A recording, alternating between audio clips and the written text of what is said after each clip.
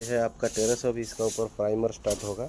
अभी थोड़ा अच्छे से झाड़ू मार के हम लोग ये रूलर और ब्रश से पूरा टेरेस को एक कोट प्राइमर मार के उसका ऊपर हम लोग फिर इसका मेश डाल के फिर वाटर प्रूफिंग करेंगे। आप देखते रहिए, मैं आपको प्रोसीजर बताता रहूँगा।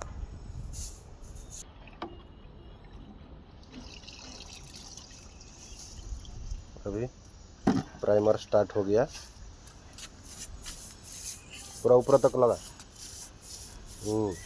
कला कला देखाबनी से मारी रूलर मारी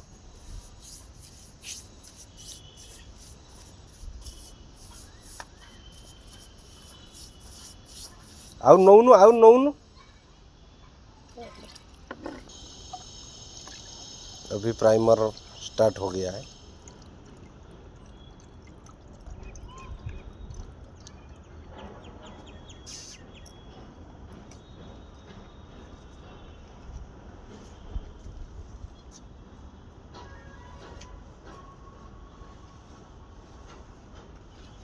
फिर याडू आगू को मानू वणा वणा सब